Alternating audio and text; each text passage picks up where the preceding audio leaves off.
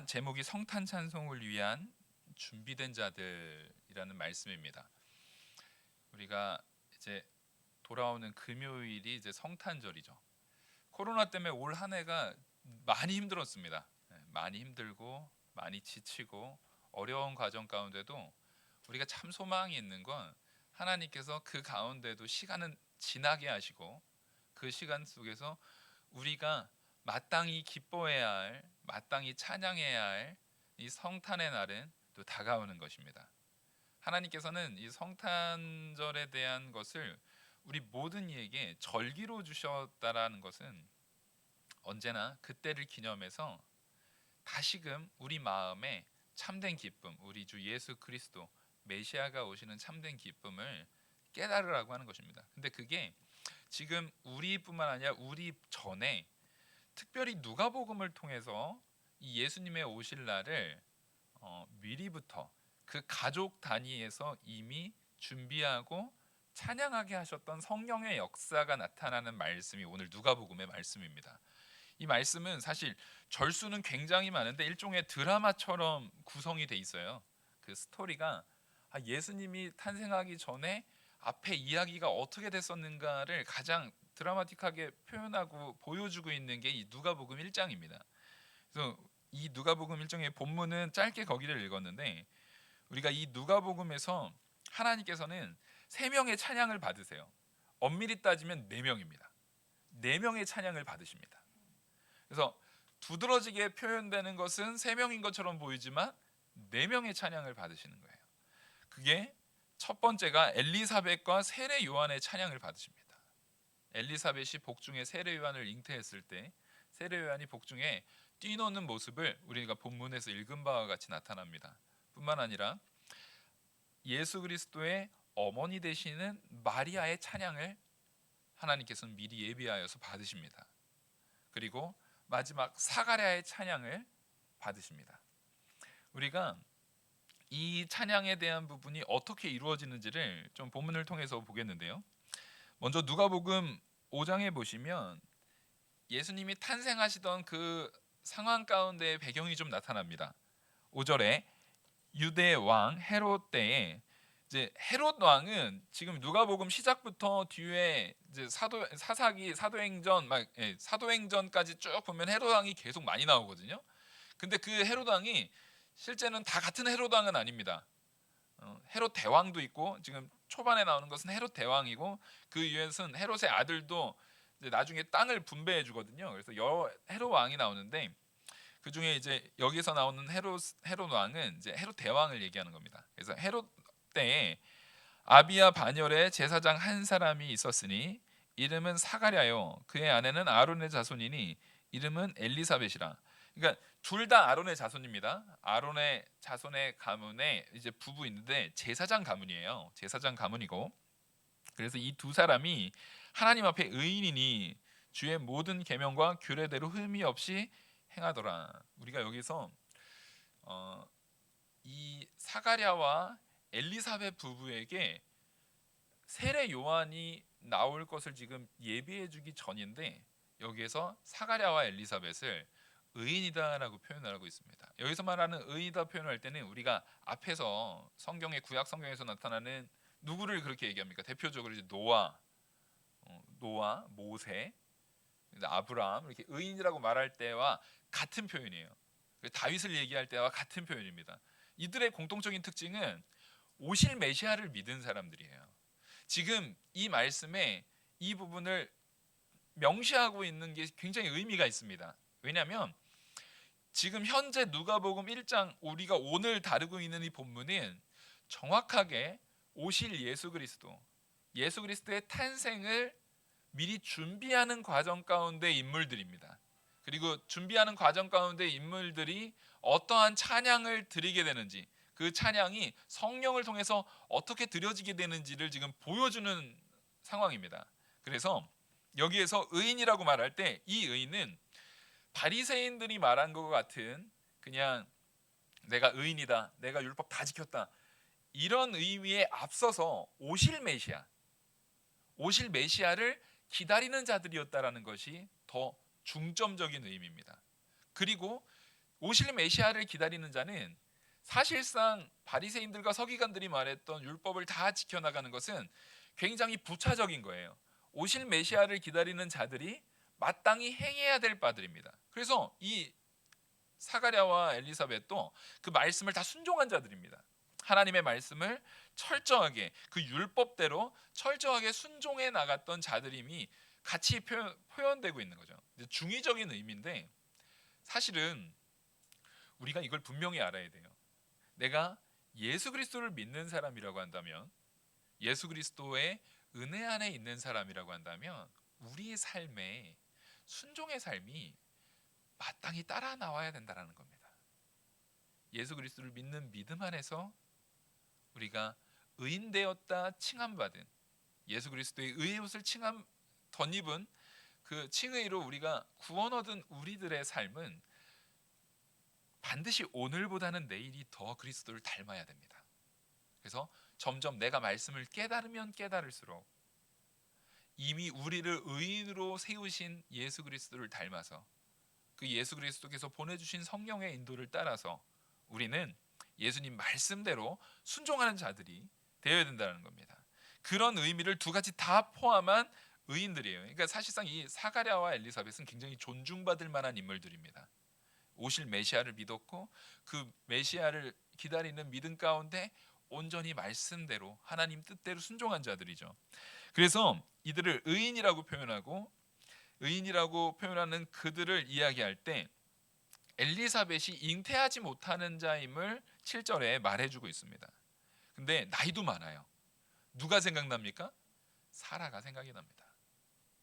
하나님께서 이 성경 속에서 여인이 아이를 잘 못 낳다가 나중에 아이를 낳는 장면을 보면은요, 정말 귀한 걸 주기 위한 일종의 준비 과정 같이 보여주는 것 같아요. 그래서 성경에서 그런 인물들은 전부 다 굉장히 크게 쓰임 받습니다. 이게 하나님께서 우리에게 주시는 그 고난이라는 게 하나님께서 합력하여 선을 이루어서 결국에는 우리가 상상하지도 못했던 더 큰 복으로 채워주실 줄 믿습니다. 어떤 걸로 되어질지는 우리는 잘 몰라요. 어떤 방법으로 우리에게 그런 복으로 채워주실지 우리는 사실 잘 알지 못합니다. 우리는 예수님께서 어떻게 이 땅에 오실지도 몰랐어요. 뿐만 아니라 예수님께서 이 땅에서 어떻게 우리를 구원하시는 구원의 역사를 이루실지도 몰랐습니다. 세례 요한도 몰랐어요. 예수님의 어머니, 오늘 찬양했던 마리아도 몰랐습니다. 다 모르지만, 그리고 예수님과 함께 따라다녔던 제자들도 몰랐습니다. 근데 우리가 모르는 걸 불안해할 필요 없습니다. 우리는 우리 인생길의 한치 앞을 알지 못해요. 불안하기 그지없습니다. 근데 너무 불안해할 필요가 없어요. 왜냐하면 내가 알아서 행하는 것보다 하나님께서 알아서 해주시는 것이 훨씬 더 값지고 귀한 것으로 채워주실 줄 믿기 때문입니다. 하나님은 우리의 모든 것을 이미 예비하시고 사랑하심으로 준비해 주셨음을 우리 믿으시기 바랍니다. 그 믿음 가지고 우리가 나가는 거예요. 그래서 이 사가랴와 엘리사벳에게도 하나님께서 갑자기 생각지도 못한 이야기를 하죠. 마침 이때가 언제였냐면 8절 보시면 사가랴가 그 반열의 차례대로 하나님 앞에 제사장의 직무를 행할세. 지금 제사장으로서 사가랴가 이제 제사장인데, 제사장은 여기서 반열이라고 표현하는 것은 제사장이 일종의 그 조로 편성이 돼서 돌아가면서 행했던 거예요. 그래서 6개월씩 근무를 했습니다. 그래서 그 반열이 총 24반열이 있어요. 24반열 중에 이 사가랴는 8반열이라고 추정이 됩니다. 8번째 반열로서 추정이 되고, 그때 이제 사가랴가 자기가 맡아야 될 그 시기가 됐던 거예요. 그래서 사가랴가 엘리사벳과 함께 자기가 맡아야 될 그 근무 때에, 제사장 그 반열 때에 그 근무를 완성하려고, 사역을 완성하려고 들어가는 겁니다. 들어가면 6개월 동안 사역을 마치고 나오면 그 다음 반열이 또 들어가서 하는 거예요. 그래서 총 12개월을 24반열이 돌아가면서 그 사역을 감당하는 제사장의 제도였습니다. 그래서 제사장의 제도였는데 그 제사장의 전례를 따라 제비를 뽑아 주의 성전에 들어가 분향하고 모든 백성은 그 분향하는 시간에 밖에서 기도하더니 주의 사자가 그에게 나타나 향단 우편에 선지라. 그러니까 사가랴가 지금 자기 반열에 순번이 돼서 하고 있을 때, 사역을 감당하고 있을 때 하나님의 사자가 온 겁니다. 하나님의 사자가 와서 사가랴한테 이렇게 얘기를 합니다. 천사가 그에게 이르되 사가랴여 무서워하지 말라. 너희의 간구함이 들린지라. 내 아내 엘리사벳이 내게 아들을 낳아주리니 그 이름을 요한이라 하라. 우리가 이거 좀 잘 알아야 되는 게, 하나님의 음성을 듣는 게 되게, 요즘에는 오순절 성령, 우리가 사도행전에서 배웠던 오순절 성령의 의미가 아니라 오순절 파계통에 의해서 하나님의 음성을 듣는 걸 되게 그냥 옆집 아저씨랑 이렇게 대화하듯이 되게 친근감 있게 얘기하는 것처럼 표현하시는 분들이 있어요. 그러면서 하나님 나 이번에 이거 필요한데 이거 안 해주시면 저 삐져요, 막 이런 식으로 막 간증하시고 막 하시는 분들이 계시더라고요. 여러분, 이거 굉장히 조심스러운 겁니다. 굉장히 두려운 거고요. 기본적으로 그 하나님의 직접 계시가 있었던 구약 시대와 신약 시대에 아직 성경이 완성되지 않았던 시대에도 이게 굉장히 이례적인 일이고 두려운 일입니다. 이게 흔한 일이 아니에요. 그래서 사가랴는 제사장이었는데 그 우편에 선 선지자를 보고서 굉장히 놀랬다고 해요. 굉장히 놀랬다고 지금 표현되고 있어요. 놀라며 무서워하니. 왜냐하면 하나님의 사자가 왔다는 것은 하나님의 대리자로 온 거예요. 그러면 하나님의 영광 앞에 우리가 놓여지는 겁니다. 그래서 하나님의 영광 가운데 놓여질 때 우리는 절대 그냥, 물론 하나님, 아버지 하나님과 내가 있으면 기쁘고 좋죠. 근데 그게 단지 하나님께서는 그 속성상 아버지 하나님으로만 우리에게 계시는 게 아닙니다. 전능하신 하나님 아버지를 여러 개로 나눠서 나한테 그들이 만나는 하나님은 아버지 하나님만 만나다, 이런 게 있을 수가 없어요. 한 분 하나님께서 그 안에는 존엄한, 말 그대로 창조주 하나님으로서의 권위, 그리고 우리를 구원하신 구원자로서의 권위, 모든 것에 편지하시는 전능한 하나님으로서, 전지한 하나님으로서의 권위 뿐만 아니라 우리를 사랑하시는 아버지로서의 권위, 이 모든 것들을 다 같이 가지고 계시는 거예요. 그래서 우리가 하나님을 만날 때는 마땅히 두렵습니다. 이 두려움은 하나님이 우리의 공포의 대상이라서가 아니라 내가 죄인이기 때문에 두려운 거예요. 그럼에도 불구하고 죄인된 우리를 하나님께서 만나주시는 거죠. 이 사가랴가 두려웠던 것도, 의인이라고 말했지만 여기서 말하는 의인은 하나님께서 의인으로 불러주시는 것이고, 그 의인으로 불려진 바 된다고 해도 하나님 앞에 절대적인 완전한 의인이지 않습니다. 그래서 마땅히 두려운 거예요. 정말 의인이면, 예수님께서는 하나님 앞에 우리와 같은 두려움이 있지 않아요. 하나님은 참 사람으로서의 우리 주 예수 그리스도도 하나님을 볼 때 참된 기쁨이 있습니다. 근데 우리는 그 의의 옷을 덧입었지만 여전히 죄 가운데 있어요. 그래서 죄 가운데 있는 사가랴도 마찬가지로 하나님을 봤을 때, 그 하나님의 사자가 임했을 때 두려운 겁니다. 그 두려움 가운데 이 사가랴에게 이야기를 합니다. 사가랴에게 말하기를, 천사가 그에게 이르되 사가랴여 무서워하지 말라. 너의 간구함이 들린지라. 내 아내 엘리사벳이 내게 아들을 낳아주리니 그 이름을 요한이라 하라.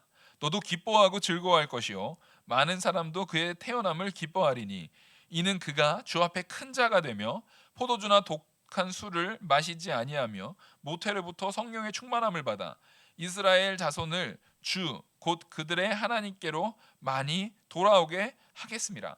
지금 여기서 중요하게 볼 게 뭐냐면, 이 사가랴의 아들 세례 요한이 태어난다라는 것을 미리 예언해 주신 겁니다. 세례 요한이 태어났는데, 세례 요한은 특징적으로 이미 하나님의 사자가 날 때부터 나시린으로 정해놨어요. 옛날에 삼손이 그랬던 것처럼 나시린으로 정해줘서 독주와 이제 포도주나 독주를 입에 대지 않는다라는 것을 나시린의 표입니다. 이게 이 머리도 깎지 않고 삭도를 대지 않고 포도주와 독주를 입에 대지 않은 게 나실인의 표거든요. 그래서 사실상 하나님께서 이 세례 요한을 나실인으로 구분을 하셨어요. 그뿐만 아니라 이미 모태에서부터 성령이 충만했다라는 거예요. 자, 성령이 충만했다라는 것은 사역의 시작점을 이야기를 합니다. 그러니까 우리가 세례 요한의 사역을 언제부터 볼 것이냐라고 할 때 이미 시작된 거예요. 세례 요한은 모태부터 이미 사역이 시작된 겁니다. 그래서 우리가 아까 본문에서 읽었던 것처럼 엘리사벳이 마리아가 엘리사벳을 문안하러 왔을 때 복중에서 누가 춤을 춥니까? 세례 요한이 춤을 춰요. 이거 사역의 시작입니다. 이미 예수 그리스도가 오실 메시아이신 예수 그리스도가 오심을 이미 복중에서 성령의 충만함으로 사역이 시작되는 겁니다. 우리의 사역은요 다른 게 아니에요. 성령의 인도대로 사역이 됩니다. 그래서 우리가 무슨 일을 할 때 나는 제가 이제 목회자잖아요. 이제부터 내가 목회해야지 한다고 되는 거 아니에요. 내가 목회 안 해야지 안 한다고 되는 것도 아니에요. 성령께서 이끄시는 바대로 나에게 직분을 주실 때에는 하나님의 능력으로 주시는 겁니다. 특별히 우리가 안수받아서 세워지는, 우리가 흔히 성경에서 기름 부음을 받는 자들이라고 말할 때는 그거는 기한이 없어요. 사실은 그 기한이 없어요. 하나님께서 그를 세우실 때 그 사역을 담당하고 마칠 때까지 하나님께서 함께 하시는 큰 복이 있는 겁니다. 그래서 저는 우리 성도님들이 될 수만 있으면 하나님의 사역에 귀히 쓰임 받으려고 애쓰는 분들이 다 됐으면 좋겠어요. 정말 큰 복이거든요, 이거는. 그래서 하나님께서 우리에게 이 세례 요한에게 이미 성령이 그 태중에부터 임했던 것처럼 지금 우리 영화교회의 이 예배 가운데, 지금 온라인을 통해서 예배드리는 모든 성도님들과 이 자리에 함께 하시는 모든 성도님들 가운데 성령님의 임재가 있는 줄 압니다. 그걸 믿습니다. 그럼 우리는 사역 시작인가요, 아닌가요? 우리는 사역 시작된 거예요. 이미 하나님께서 우리의 사역을 이루시고 계십니다. 그 사역은 영화교회 담임 목사가 이재우 목사가 됐으니까 저 혼자 하는 사역이 아니에요. 우리는 이제 모든 성도가 다 하나님 예수 그리스도가 머리 되시는 영화교회에 부름받아서 모인 제사장, 선지자, 왕의 직분을 감당하는 성도입니다. 우리는 이제 예수 그리스도께서 이 성전 휘장을 찢으시고 부활하셔서 승천하시는 그 역사 가운데 우리는 예수 그리스도를 믿는 믿음 안에서 다 누가 된 겁니까? 제사장이 된 것이고 선지자가 된 것이고 왕의 직분을 감당하는 참 성도. 그래서 우리 성도 한 명 한 명은 기름 부음 받은 자들이에요. 그래서 우리가 예수 그리스도의 부름에 따라서 그 인도에 따라서 영화교회 각 지체로 각자의 사역을 감당하는 겁니다. 이 사역 가운데 우리가 구할 것은 딱 하나예요. 성령이 내 안에 충만하기를. 성령이 내 안에 충만할 때는 그 사역을 기쁨으로 감당할 수 있습니다. 하지만 성령께서 내가 성령의 인도를 따르지 않을 때에는 그게 힘들어지는 거예요. 저는 항상 기도할 때, 이번에도 산기도 가운데 제일 많이 기도했던 게 그겁니다. 하나님, 우리 영화교회에 성령의 은혜가, 성령의 임재가, 성령의 역사하심이 충만한 교회 되게 하여 주시옵소서. 성령의 역사가 충만하면은요, 먼저 기도가 나오게 돼 있습니다. 성령의 역사가 충만하면은요, 하나님의 그 구원 사역을 바라보며 기쁨의 노래가, 기쁨의 찬양이 나오게 돼 있습니다. 전도는 그 기쁨과 찬양 가운데 자연스럽게 드러나는 거예요. 우리가 그런 교회가 돼야 됩니다. 이 성령이 충만히 역사하는 그런 교회가 되어야 합니다. 저는 우리 영화교회가 그런 교회인 줄 믿습니다. 아멘. 저만 믿나요? 믿으시죠? 아멘. 그래도 우리 제일 젊은 피가 제일 끄덕끄덕해요. 제일 젊은 피가 제일 끄덕끄덕해요. 그러니까 이 소망이 있는 거예요. 자, 그래서 이 사가랴에게 딱 얘기를 하는데, 여러분 이게 굉장히 큰 은혜입니다. 17절에 뭐라고 하냐면, 그가 또 엘리야의 심령의 능력으로 주 앞에 먼저 와서 아버지의 마음을 자식에게, 거스리는 자의 자를 의인의 슬기에 돌아오게 하고 주를 위하여 세운 백성을 준비하리라. 바로 이 세례 요한의 사역이 어떤 사역일 건지에 대한 부분을 미리 예비해 주신 거예요. 여러분, 저는 이 본문, 방금 요 본문 속에서 우리가 꼭 깨달아야 되는 부분이 요건데, 우리가 성도로 생활을 하다가 이제 직분을 받고 신앙의 연조가 10년, 20년 이렇게 시간이 지나게 되면 내가 교회에서 무엇을 했을 때 다른 사람들이 편하고 내가 교회에서 무엇을 했을 때 다른 사람들이 싫어하는지를 알게 됩니다. 이게 그냥 내가 신앙생활에 익숙해졌으니까 아는가 보다라고 생각하시면 오산이에요. 여러분, 아무리 일을 오랫동안 한다고 해도요, 그 일에 대한 부분에 익숙해지는 거하고 신앙생활 가운데 익숙해지는 거하고는 이게 완전히 다른 겁니다. 세상 일, 내가 업무에 대한 부분이 익숙해지는 거하고 신앙생활 가운데 내가 이걸 했을 때 누가 기뻐하고 누구를 섬기는 일이고 이런 게 깨달아지는 거하고는 다른 거예요. 무슨 얘기냐면 업무가 익숙해지는 것은 기능적인 겁니다. 근데 신앙생활 가운데 성도가 성도를 섬기면서 내가 이걸 했을 때 누구가 더 좋겠지? 다른 사람들이 섬겨지는 거겠지? 하는 마음은 업무적인 것이 아니라 사랑이 전제되는 거예요. 그래서 하나님께서 우리에게, 성도인 우리에게 그런 마음가짐, 여러분 교사로 봉사하지 않으면 주일 학생들이 그 섬김을 받지 못합니다. 여러분들이 직분을 가지고 헌신하지 않으면 이 교회에 헌신하는 사람이 아무도 없을 때는요, 이 교회는 점점 떨어져 나가버릴 거예요. 길이 없습니다. 힘이 없어요. 그런 마음을 하나님께서 주시는 거는 다 하나님께서 미리 예비하신 거예요. 하나님께서 미리 준비시키신 겁니다. 여러분들이 가졌던, 우리가 흔히 처음 신앙, 처음 마음을 기억하라고 합니다. 그 처음 마음의 때에 하나님께서 우리에게 주는 것은 보통 열정이에요. 그것을 통해서 하나님께서 나에게 주셨던 그 뜨거운 기쁨이라는 것이 있습니다. 저도 목회에 대한 부분을 서원했을 때 제가 처음 목사님이 되겠다라고, 이게 서원이라고 하기에는 당시에는 그냥 장래 희망, 어렸을 때 명찰에다가 적었었어요. 초등학교 2학년 때입니다. 초등학교 2학년 때 저희 어렸을 때는 명찰에 보면 꼭 장래 희망란이 있었잖아요. 장래 희망란이 있었어요. 보통 제가 초등학교 때는 거기에 과학자, 대통령 뭐 이런 게 보통 다 꿈이었어요. 과학자가 압도적으로 많았어요. 당시에 과학자, 대통령 뭐 이런 게 많았어요. 근데 저는 거기다가 목사님 적었습니다. 제가. 왜냐면 저는 어렸을 때부터 집에서 제일 귀한 직분이 목사님이고 목사님이 제일 존중받고 막 그렇게 배워서 제가 그때 당시에는 목사님이라고 적었을 때 뭐가 있었냐면 목사님이 제일 높은 줄 알았어요. 제가 대통령 이런 거보다 목사님이 훨씬 더 높다, 이게 훨씬 더 귀한 직분이다라고, 지금 같은 신앙적인 의미가 아니라 그냥 사회적인 의미에서도 당연히 대통령도 목사님 앞에서는 꾸벅하는 줄 알았어요. 근데 마땅히 그래야 되죠. 그 성도면 그 교회 성도면. 근데 요즘 사회에서는 목사님이 그렇게 존경받는 상황이 아니잖아요. 요즘 사회는 목사님이 이렇게 존경받는 사회가 아닙니다. 그러면 제가 초등학교 때 목사님 적었을 때 그때는 사회가 존경받는 사회였을까요? 아니요, 그때도 아니었어요. 제가 그때 목사님 적었더니 아직도 기억나요. 저 초등학교 그때 당시에 담임 선생님이 저를 불러서 이렇게 얘기했습니다.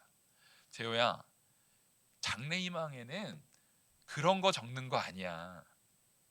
훌륭한 사람 적고 사람들한테 존경받는 사람 적고, 이게 말 그대로 이렇게 사람들한테 이렇게 앞에 앞에 서서 이렇게 존경받으면서 사회적으로 돈도 많이 벌고 막 그런 거 적는 거야라고 선생님이 저한테 얘기를 하시더라고요.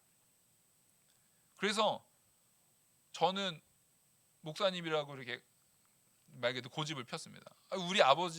우리 어머니 아버지는 그렇게 얘기하셨다고. 목사님이 제일 귀한 직분이고 사람들로 하여금 구원에 이르게 하고 막 그런 걸 적었어요. 그러니까 그 선생님이 그래 알았어, 적을 거면 그렇게 적어라 하는데, 이게 그냥 장래 희망만 적고 끝난 게 아니라 뭐가 있었냐면 앞에 나와서 소개하는 거였어요. 친구들 앞에서 장래 희망을 적은 이유를 말하는 거였습니다. 그래서 제가 어렸을 때니까 아직도 기억이 나요. 왜 기억이 나냐면 그 말하고 엄청 놀림받았거든요. 엄청 놀림받았어요. 저는 목사님이 돼서 말도 더듬더듬하면서 그렇게 얘기했습니다. 목사님이 돼서 다 믿는 우리 반, 그 당시 반이었죠. 우리 반 친구들이 믿는 사람으로 구원받는, 그러니까 천국 가게 하고 싶어서 장래희망이 목사님입니다 이렇게 딱 했더니, 당시에 이제 애들이 저를 막 약 올리면서 놀리면서 이제 했던 이야기가 그겁니다. 너 왜 우리 죽일라 그래? 왜 우리 죽여가지고 난 천국 가기 싫은데 왜 자꾸 우리 죽여서 천국 보내려 그래? 막 이런 얘기를 했던 게 아직도 기억에 깊이 남아요. 그때도 교회에 대한 인식은 이랬습니다. 여러분, 근데 잘 생각해 보십시오. 우리는 어떻습니까? 지금 이 자리에 예배를 드리는, 우리 영상을 통해서 예배를 드리는 성도인 우리는 그 선생님이 얘기했던 거나 그 반아이들 중에 저를 이렇게 놀리려고 했던 그 말에 전혀 동의가 안 되고, 오히려 제가 여러분들한테, 저는 초등학교 때부터 장래희망이 목사님이었습니다. 그 목사님이 돼서 모든 사람들이 믿어서 천국 가게 하는 게 제 소망이었습니다라고 얘기하면, 여러분들도 그 마음에 왜 우리 죽여서 천국 보내려고 그래? 이런 마음이 듭니까? 은혜의 기쁜 마음이 듭니까? 이게 정말 놀라운 역사예요.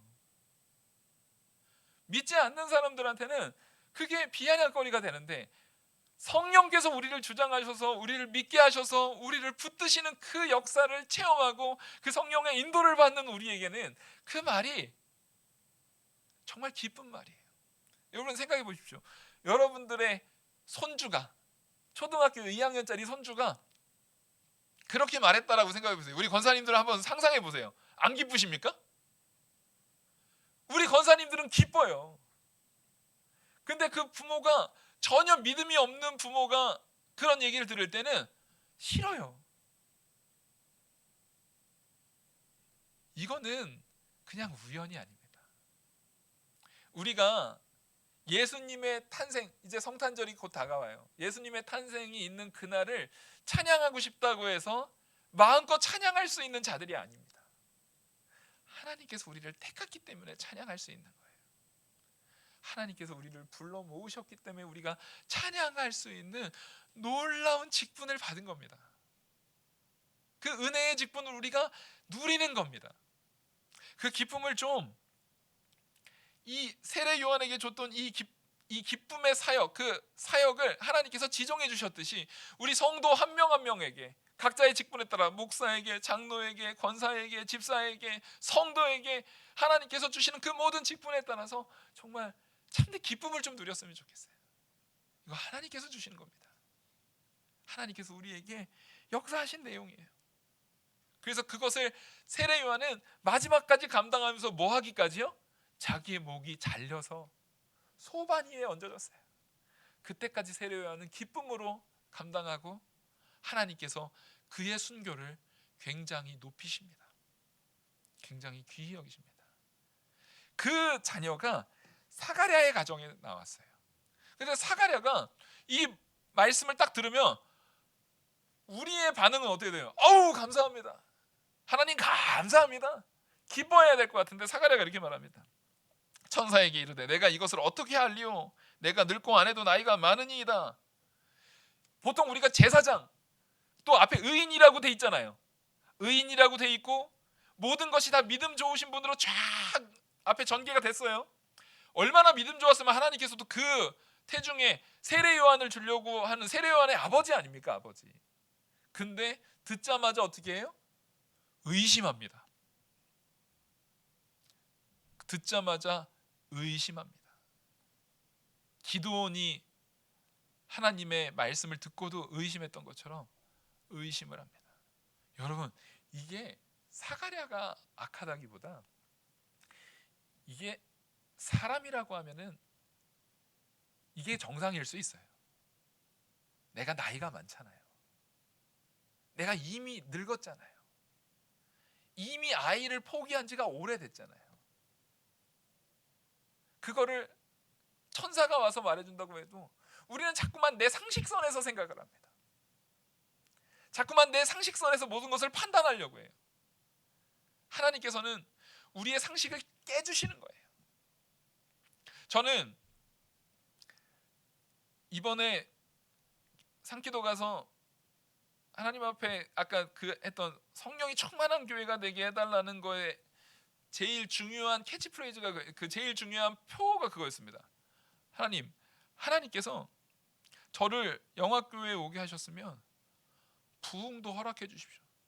요즘에는 목회자가 부흥 얘기하면은 세속적인 목회자더라고요. 목회자가 뭐 하나님께서 이끄시는 바도 있고 뭐 이러는데, 제가 좀 세속적인 목회자라서 그런지 모르겠지만 제가 상기도 가기 전에 이 동네를 이게 시간 날 때 이렇게 돌아봅니다.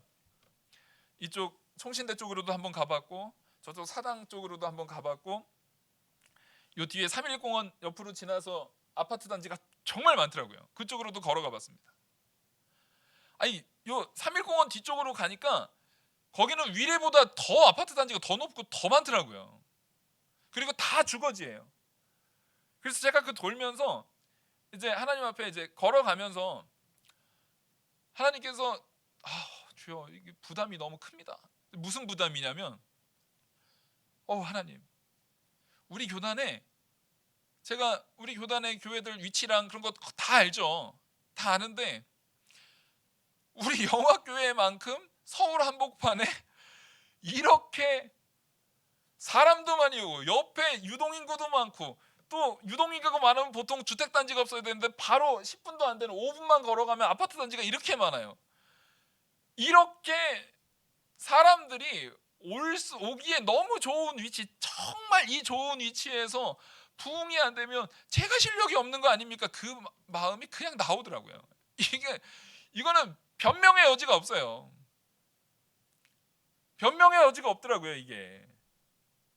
그래서 부담이 너무 됐어요. 아니 차라리 제가 저기 막 시골에 암만 노력해도 도저히 부흥이 될 수 없는 그런 지역적인 특성을 가진 교회들이 대부분입니다. 거의 대부분 그래요. 근데 그런 데 있으면 마음이라도 편할 것 같아요. 했는데 안 됐습니다. 어쩌겠습니까? 세상이 그런 걸. 여기에선 그런 변명이 안 통해요. 그렇다고 우리 교회가 번듯하질 않기나 하나 얼마나 번듯합니까? 그리고 위치도 좋아요. 주변에 아파트 단지로 둘러싸여 있습니다. 여기에서 하나님께서 부담을 주시더라고요.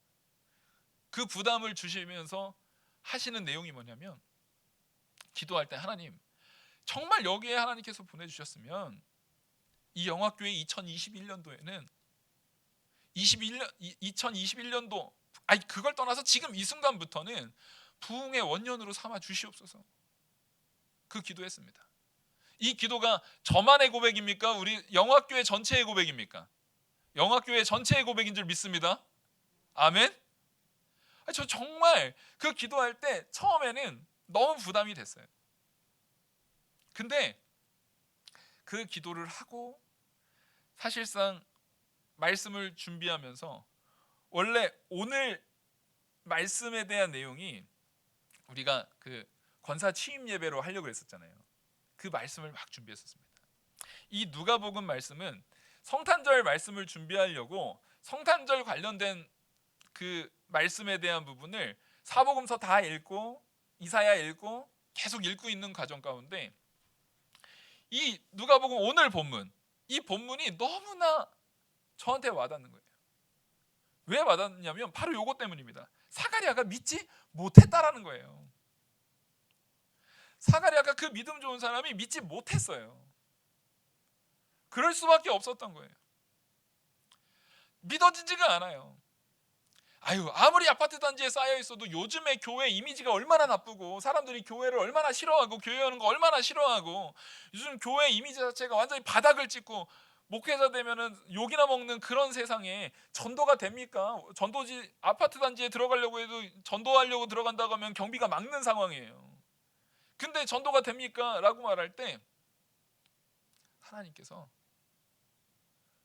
지금 우리한테 묻습니다. 너도 왜 사가랴처럼 믿지 못하느냐? 그 사가랴가 이것 때문에 어떻게 됐습니까? 천사가 말합니다. 네가 지금 믿지 못하기 때문에 20절 보라 이 일이 되는 날까지 내가 말 못하는 자가 되어 능히 말을 못하리니 이는 내가 내 말을 믿지 아니함이거니와. 네가 내 말을 믿지 못하기 때문에 표로서 지금 이제 말을 못하다가 언제 이 일이 이루어지는 때에 말하게 된다.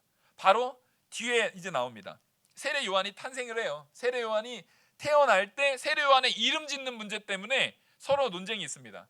그 가족 어른들은 사가랴가 이제 말을 못하니까 가족 어른들이 말을 합니다. 이름을 사가랴라 짓자. 보통 당시에는 아버지 이름을 따라서 짓는 게 되게 흔한 일이었어요. 그랬더니 엘리사벳이 뭐라고 합니까? 안 됩니다. 요한이라고 지어야 됩니다라고 말합니다. 왜요? 엘리사벳은 하나님의 말씀을 들었잖아요. 그러니까 엘리사벳은 당시에는 큰 권한이 없어요. 여인이었기 때문에. 그러니까 사람들이 그렇게 말하고 있을 때 하나님께서 그제서야, 이제 앞에 천사가 말했던 것처럼 뜻이 이루어진 때잖아요. 그제서야 사가랴의 입을 열고 뭐라고 말합니까? 이름은 요한이라고 지어야 됩니다. 이건 무슨 얘기냐면 이 본문을 통해서 하나님께서 사가랴에게 네가 믿지 못하는 너의 연약한 가운데에서도 따라하겠습니다. 하나님은 하나님의 일을 이루신다. 여러분, 저는 이 본문을 통해서 이걸 믿으셔야 돼요. 우리가 예수 그리스도의 탄생, 이제 금요일이면 성탄절을 우리가 성탄절 예배로 또 모입니다. 예수님께서 이 땅에 오는 거 말도 안 돼요. 하나님이 사람의 몸을 입고 이 땅에 오는 거 말이 안 되는 일이에요. 다른 종교들도 기독교의 교리 중에 가장 비아냥거리는 기독교의 교리가 바로 인카네이션, 성육신입니다. 이걸 제일 비아냥거려요. 야, 무슨 신이 사람이 돼가지고 오냐. 그걸 가지고 종교적으로도 막 뭐라고 하는 부분들이 굉장히 많이 있어요. 근데 맞아요. 도저히 이해가 안 되는 이 방법, 도저히 말이 안 되는 이 방법, 우리의 죄를 담당하시려고 하나님이신 예수님께서 이 땅에 사람으로 오시는 방법으로, 우리가 믿을 수 없는 방법, 우리가 상상조차 하지 못한 방법, 오실 메시아를 기다렸던 그 많은 신앙의 선진들도 그걸 몰랐어요. 세례 요한도 몰랐어요. 그 방법으로 하나님께서는 우리를 이끄신다라는 거예요. 그리고 또 바로 다음에 뭐가 나옵니까? 마리아를 또 천사가 찾아갑니다. 그래서 동정여인, 처녀인 마리아한테 너를 통해서 누가 온다? 예수님이 탄생할 것을 바로 다음에 6달째 바로 6개월 있다가 또 가서 얘기를 하는 겁니다. 그래서 마리아가 그 이야기를 듣는데 마리아가 이해가 안 돼요. 내가 처녀인데 내가 도저히 아이를 낳을 수 없는 자인데 어떻게 아이를 낳겠습니까? 이렇게 말할 때 36절 천사가 말합니다. 보라, 내 친족 엘리사벳도 늙어서 아들을 배었느니라. 본래 임신하지 못하고 못한다고 알려진 이가 이미 6달 되었나니 대저 하나님의 모든 말씀은 능하지 못하심이 없느니라. 마리아가 이르되 주의 여종이오니 말씀대로 내게 이루어지리다 하매 천사가 떠나가니라. 천사의 말을 듣고 마리아는 믿었어요. 참, 마리아가 믿음이 귀해요. 내가 도저히 낳을 수 없는 거를 얘기할 때 엘리사벳도 너의 친족 아니냐? 이미 늙은 거 네가 알지 않느냐? 근데 엘리사벳이 지금 임신하여 있다. 근데 엘리사벳이요, 자기가 임신한 거 숨겼습니다. 자기가 잉태한 것을 24절을 보면 그 후에 그의 아내 엘리사벳이 잉태하고 5달 동안 숨어 있으며 이르되 주께서 나를 돌보시는 날에 사람들 앞에서 나를 부끄러움이 없게 하시려고 이렇게 행하심이니라 하더라. 그러니까 엘리사벳이 잉태했던 것을 사람들이 다 알고 있었던 거예요? 모르고 있었던 거예요? 모르고 있었어요. 그러니까 지금 이것도 뭐냐면 믿음이 말 그대로 이 부분이 믿는다라고 고백을 하지만 도저히 믿어지지 않는 상황이잖아요. 그 믿어지지 않는 상황 가운데 성령께서 이 마리아한테도 표적을 보여주는 거예요. 아까 사가랴한테 말을 못하게 했던 그 내용처럼 지금 가서 엘리사벳도 그러했다. 그 얘기를 듣자마자 마리아가 한 행동이 뭐냐면 그 산골로 달려갑니다. 빨리 갑니다. 누구네 집으로요? 엘리사벳의 집으로. 확인하러 가는 거예요. 가서 확인해 보라는 거예요. 엘리사벳이 잉태했는지 안 했는지 가서 확인해 보라는 거예요. 그래서 마리아가 지금 이때 추정 나이가 한 15세 정도 됩니다. 굉장히 어린 아이예요. 굉장히 어린 소녀예요. 어린 소녀인 이 마리아가 지금 이 엘리사벳의 집까지 얘기를 하면은 여기가 가까운 거리가 아닙니다. 지금으로 따지면 한 60km, 70km가 60에서 80km 정도가 되는 거리라고 추정이 돼요. 굉장히 먼 거리예요. 그러니까 여자아이의 걸음으로 하룻나절 꼬박 간 거예요, 사실상. 그렇게 가가지고 확인을 합니다. 확인을 해요. 근데 성령이 임하면, 따라하겠습니다. 성령이 임한 사람들은 서로 알아본다. 저 옆을 한번 봐주십시오. 이렇게 좀 봐주세요. 좀 이렇게 웃으면서 이렇게 째려보시지 말고요. 째려보시지 말고 내 옆에 계신 분이 성령 임한 분입니다. 아멘? 알아보셨어요? 알아보시겠어요? 못 알아보시겠어요? 알아보셔야 됩니다. 맞습니다. 제가 여러분들을 보고서 설교할 때 기뻐요. 왜요? 성령이 임한 사람들을 알아보는 거예요. 그래서 엘리사벳에게 마리아가 가서 엘리사벳이 마리아가 무난함을 딱 보자마자 알아봐요, 못 알아봐요? 알아봅니다. 41절 오늘 본문에서 읽었던 것처럼 엘리사벳이 마리아가 무난함을 들음에 아이가 복중에서 뛰어노는지라 엘리사벳이 성령의 충만을 받아 큰 소리로 불러 이르되 여자 중에 내가 복이 있으며 내 태 중에 아이도 복이 있도다. 첫 번째 찬양을 엘리사벳이 합니다. 이렇게. 그 찬양은 엘리사벳 혼자 한 겁니까? 복중에 있는 세례 요한이 같이 한 겁니까? 복중에 있는 세례 요한이 춤추면서 같이 합니다. 아까 앞에서 말했잖아요. 세례 요한도 누가 이미 임했다고요? 성령이 임했다고요. 엘리사벳에게도 누가 임했다고요? 성령이 충만함을 받아. 알아봅니다. 마리아가 엘리사벳 입장에서 마리아가 딱 왔어요. 15이에요. 아직 결혼 안 했어요. 정혼자가 있지만 아직 결혼 안 했어요. 임신되어 있는 게 믿어져요, 안 믿어져요? 아직 임신이 됐어도 표도 안 나는 상황이에요. 근데 누가 알아봐요? 엘리사벳이 알아봐요. 성령의 인도로. 여러분, 우리가 성령의 인도를 받은 사람들은 알아보셔야 됩니다. 제가 그렇게 기도하고 나서 돌아와서 사당을 보니까 부흥이 가능하겠어요. 하나님께서 저의 기도의 부족함을 위해서 이번에 산기도를 행하게 하신 줄 믿습니다. 갔더니 전기 판넬이 고장 났더라고요. 그래가지고 마침 다행히 하나님께서 지혜를 주셨는지 전기 장판을 가져갔어요. 그래서 침낭 덮고 정말 오돌오돌 떨다 왔습니다. 근데 보세요, 목 쌩쌩합니다. 감기도 안 걸렸어요. 하나님께서 몸을 보호해 주셨어요. 그 안에서 잠들지 말라고 아마 조금 춥게 하신 것 같아요. 올해 중에 이번에 조금 추웠잖아요, 그죠? 딱 정신 아주 상쾌할 정도로 딱 적당한 온도더라고요. 정신 상쾌할 정도의 적당한 온도였어요. 가기 전에만 해도 돌아다니면서 이렇게 주변이 좋은데 이거 부흥 안 되면 내가 실력이 없어서 못하는 건데 하나님 어떻게 합니까? 이 부담이었던 게 돌아와서 지금 보니까요, 부담이 아예 없어진 건 아니에요. 근데 다릅니다. 가능해 보여요. 안 될 게 없어 보여요. 충분히 하나님께서 영학교회를 차고 넘치게 하시겠구나. 일단 우리 이 예배당에서 3부까지는 하기를 바랍니다. 여기 한 150석 되니까 3부 채우려면 한 몇 명 될까요? 예? 뭐 그 이상을 상상하시려면 더 상상하셔도 됩니다. 그러려면 우리 지체가요, 온 힘을 다해야 돼요. 온 힘을 다해야 돼요. 아멘? 온 힘을 다해야 돼요, 진짜. 근데 이거 안 믿으시면 안 돼요. 하나님께서 아까 보셨잖아요. 다시 한번 옆에 보겠습니다.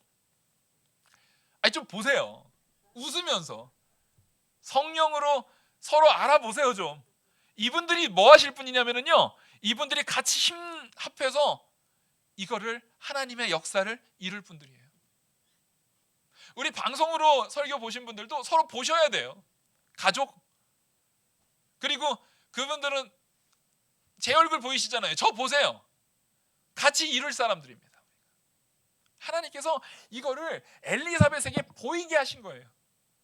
세례 요한에게 보이게 하신 겁니다. 그리고 그것을 또 누구에게 보이게 했습니까? 마리아에게 보이게 한 겁니다. 마리아가 이르되 내 영혼이 주를 찬양하며. 마리아가 또 성령의 충만함을 받으니까 마리아가 이 찬양을 합니다.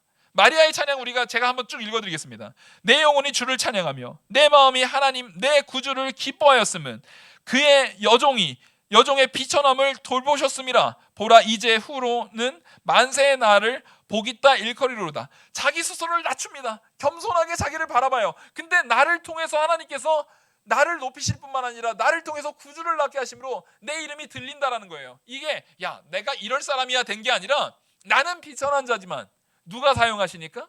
하나님이 사용하시니까 어쩔 수 없이 이름이 높여진다라는 거예요. 맞습니다. 영학교회가요, 지금 이 사당에서 영학교회를 아는 사람들이 이 사당 전체에서 한 몇 프로나 될까요? 얼마 안 될 줄 압니다. 맞아요. 근데 하나님께서 우리 영학교회를 높이시면, 하나님께서 우리 영학교회를 들어 세우시면 이 사당에 있는 사람들이 안 믿는 사람일지라도 사당 영학교회 하면 아는 교회가 될 줄 믿습니다. 좋은 소문으로, 좋은 영향력으로 그 예수에 미친 사람들, 하나님 말씀 순종하느라고 정직하게 사는 그 사람들, 하나님 말씀대로 살려고 그 사람들한테만 맡기면 무슨 일이든 정직하게 행하는 그 사람들한테 오히려 은혜를 끼치고 불쌍한 사람들도 잘 섬기고 이웃한테도 잘 대하는 그 사람들, 직장을 나가면 그 직장이 잘 되고 그 사회에 나가면 그 사람이 속해 있는 그곳이 잘 되는 그 영학교회의 그 사람들, 이렇게 소문날 줄 믿습니다. 우리는 이걸 믿고 가는 거예요. 나는 약해요. 우리는 연약합니다. 근데 그걸 들어 쓰실 거예요, 하나님께서. 마리아가 그 고백을 한 거예요.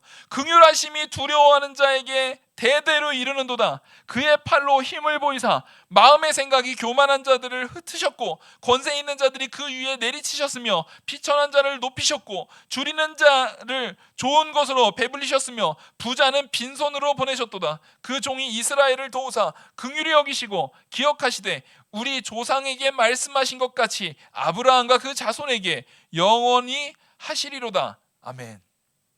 마리아가 이 고백을 하는 겁니다. 오실 예수 그리스도를 통해서 우리가, 이 비천한 자인 우리가, 성도로서 얼마나 핍박받는 우리가 완전히 달라질 거라는 거예요.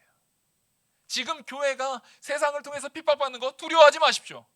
아무것도 아닙니다. 이거 우리는 예수 그리스도를 믿는 믿음 안에서 이 사당이, 이 서울이 예수 그리스도를 바로 믿는 우리 사당 영학교회 성도들을 존경의 모습으로 바라볼 줄 믿습니다. 우린 그걸 위해서 힘쓰면 되는 거예요.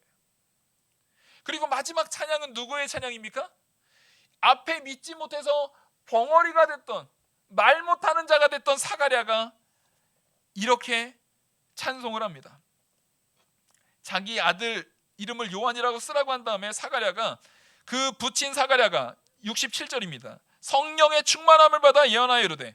보십시오. 언제나 찬양을 할 때, 예수님의 탄생을 찬양을 할 때는 다 뭐의 충만함을 받습니까? 성령의 충만함을 받습니다. 지금 보십시오. 엘리사벳도 찬양한 게 저한테 아들 주셔서 감사합니다를 찬양했어요? 예수 그리스도를 찬송했어요? 예수 그리스도를 찬송했어요. 그 예수 그리스도를 잉태한 마리아를 찬송했단 말이에요. 오실 메시아를 찬양한 거예요. 그 세례 요한도 복중에서 누구를 위해서 춤을 춘 겁니까? 오실 예수 그리스도를 위해서 춤을 춘 겁니다. 마리아가 자기가 엄마임에도 불구하고 자기 복중에 있는 그 아들을 주인으로 섬기면서 오실 예수 그리스도를 찬양했어요. 사가랴도 마찬가지입니다. 성령이 충만하니까 그 입술의 찬양이 아버지 드디어 우리한테 하나님 아버지 아들 주셔서 감사합니다가 아니에요. 그 찬양을 보겠습니다. 찬송하리로다 주 이스라엘의 하나님이여 그 백성을 돌보사 속량하시며 우리를 위하여 구원의 뿔을 그 종 다윗의 집에 일으키셨으니. 아까 말씀드렸듯이 제가 오늘 새벽에도 얘기했는데 구원의 뿔이라는 게 이 제단에 뿔이 있어요. 그 뿔을 만지면은 내가 부지 중에 죄를 지었던 사람이도 그 뿔을 만지면은 하나님께 용서해 주시는, 그 구원하는, 죄인을 구원하는 상징적인 의미를 가진 뿔이에요. 그리고 다윗의 집에서라는 얘기는 이스라엘 백성들은 메시아가 어느 집에서 나온다는 걸 알아요? 다윗의 가문에서 나온다는 걸 압니다. 그래서 그걸 얘기하는 거예요. 지금 그러니까 이 사가랴가 말하는 것은 분명히 누굴 얘기하는 거예요? 메시아, 예수 그리스도를 말하는 겁니다. 그리고 사가랴가 말하는 메시아 예수 그리스도는 누구겠습니까? 엘리사벳이 마리아의 복중에 있는 그 예수 그리스도를 찬양한 그 예수님을 얘기하는 겁니다. 그래서 70절, 이것은 주께서 예로부터 거룩한 선지자의 입으로 말씀하신 바와 같이 우리의 원수에게서 우리를 미워하는 모든 자의 손에서 구원하시는 일이라. 바로 지금 이 예수 그리스도가, 마리아의 복중에 나오는 이 예수 그리스도가 우리의 구주, 앞에 이사야 선지자, 많은 선지자들을 통해서, 다윗 왕을 통해서 예언되었던 그 예수님이라는 것을 제사장으로서 고백하고 있는 겁니다. 아멘. 이 고백을 성령께서 이끄시는 거예요. 그러니까 초대교회는 우리가 사도행전에서 성령의 임재를 통해서 교회가 생겨났지만, 이미 성령의 사역은 과거 구약 성경에 있었던 선지자들로부터 지금 예수님 탄생하는 이 시기까지 한 번도 역사하시지 않은 적이 없어요. 그러면 그 성령께서 지금 이 시간에도 역사하겠습니까? 안 하겠습니까? 지금 오늘도 역사하십니다. 아멘. 저는 그 역사 가운데 기도하고 돌아오는데 기뻤어요. 그래서 마음에 각오를 했습니다. 어제 저랑 제일 친한 목사님하고 통화를 했어요. 통화하면서 이게 뭐냐면 말 그대로 빼도 박도 못하게 만드는 거죠. 말로 내가 이제 이 고백을 딱 했습니다. 선생님 기도하고 왔는데 하나님께서 이 영학교회에 저를 보내는 게 하나님의 부흥, 이 부흥을 사람들은 뭐 영적 부흥만 얘기하고 사람이 잘하는 거 이것뿐만 아니라 양적 부흥까지 하나님께서 허락하심을 믿고 발버둥 쳐보려고 합니다라고 제가 얘기를 했습니다. 발버둥 쳐보려고요. 여러분, 발버둥 친다라는 거 다른 거 아닙니다. 세상 사람들 앞에 정직하게 하십시오. 진실하게 하십시오. 존경되게 하십시오. 회사에서는 성도인 저 사람을 통해서 그 회사가 변화될 정도로, 그 모든 회사에 안 믿는 사람들이 누구를 보면 믿는 사람은 다르구나, 신앙생활 가운데 바로 선 자는 다르구나, 이런 모습이 되게 하십시오. 어머니로서는 다른 어머니가 되십시오. 아버지로서는 다른 아버지가 되시고, 저는 다른 목회자가 되겠습니다. 성령의 인도를 따라서 정말 세상 사람들이 보더라도 야, 저분은 다르네, 그 모습을 위해서 발버둥 치겠습니다. 우리 발버둥 쳐야 돼요. 그 목사님한테 얘기했으니까 제가 발버둥 안 치는 모습 보이면 이제 욕 먹겠죠. 제가 우리 성도님들한테도 얘기했으니까 제가 발버둥 치는 모습 안 보이면 지적하셔야 됩니다. 방송 다 해서 나갔잖아요. 보통 설교 보니까 조회수가 한 100명 정도는 되더라고요. 한 100명한테는 제가 이미 얘기한 거기 때문에 이거 이미 빼도 박도 못하는 상황이 됐어요. 그리고 이 고백은 저만의 고백이 아니라 우리 영학교회 성도님들의 공동의 고백인 줄 믿습니다. 아멘? 그 아멘 안 하신 분들은 없으신 줄 믿습니다. 아멘 하신 분들은 이제 빼도 박도 못해요. 네. 같이 가는 거예요. 이제 걸리신 거예요. 저한테 이제 방금 아멘 하셨습니다. 아멘은 누구한테 합니까? 하나님께 합니다. 우리 아멘 한 번 더 크게 했습니다. 아멘. 하나님 앞에 우리 아멘 했습니다. 하나님께서 이 서울에, 이 좋은 지역에, 이렇게 좋은 환경 가운데, 이렇게 좋은 건물로 상기도 갔다 왔는데 집에 딱 들어가는 순간에, 우리 사택 딱 들어가는 순간에 얼마나 따뜻하고 좋은지 막 피로가 막 풀리는 것 같아요. 이렇게 좋은 환경에, 좋은 자리에, 좋은 모습 속에 좋은 교회를 하나님께서 세워주신 줄 믿습니다. 그러면 우리 이 사가랴의 고백처럼, 마리아의 고백처럼, 엘리사벳의 고백처럼 하나님만 믿고 나가자고요. 예수 그리스도가 이 땅에 오신 거 아닙니까? 누구를 위해서요? 우리 때문에요. 우리를 위해서요. 우리를 구원하시려고요. 그 예언된 그 예수 그리스도가 오신 거 아닙니까? 그러면 엘리사벳이, 세례 요한이, 마리아가, 사가랴가 찬송한 것처럼 지금 우리도 찬양해야 됩니까? 안 해야 됩니까? 우리도 찬양해야 됩니다. 그래서 성탄 찬송을 준비하는 자들은 이 넷만 얘기하는 게 아니에요. 플러스 따라하겠습니다. 나. 아멘. 우리 성탄 찬송을, 그리고 그 성탄 찬송이라는 것은 예수 그리스도의 구원의 역사를 준비하는 자들로 나를 포함시키는 저와 우리 영학교회 모든 성도님이 되기를 간절히 소망합니다. 기도하시겠습니다. 은혜와 사랑이 많으신 하나님 아버지, 예수 그리스도께서 이 땅에 사람의 몸으로 오신 것은 죄로 인하여서 믿지 못하고 허덕이고 있는 그 성도들을 위함인 줄 압니다. 우리를 그들보다 앞서 먼저 믿게 하셨사오니 우리 성탄의 날을 기념하는 이 시간에, 또 성탄절을 준비하고 있는 이 주간에 더욱더 결심하게 하여 주시옵소서. 예수님이 이 땅에 오신 그 목적, 정말 믿지 않는 자들에게 복음을 전하고 그들을 구원하게 하는, 땅끝까지 이르러 복음을 전하라는 그 목적이 먼저 성령의 인도를 따라 성령의 역사로 믿게 하신 우리를 통해 이루어지게 하여 주시옵소서. 우리를 통해서 나가서 전하는 역사가 나타나게 하여 주시옵소서. 그래서 하나님의 교회, 우리 영화교회가 예수 그리스도를 믿는 믿음 안에서 참으로 헌신하는 성도들로 가득하고 참으로 믿음으로 뜨거운 역사가 일어나는 교회로 가득한 교회 되게 하여 주시옵소서. 이 모든 말씀 살아계신 우리 주 예수 그리스도의 이름으로 기도드렸사옵나이다. 아멘. 찬송가 102장 찬송하시겠습니다.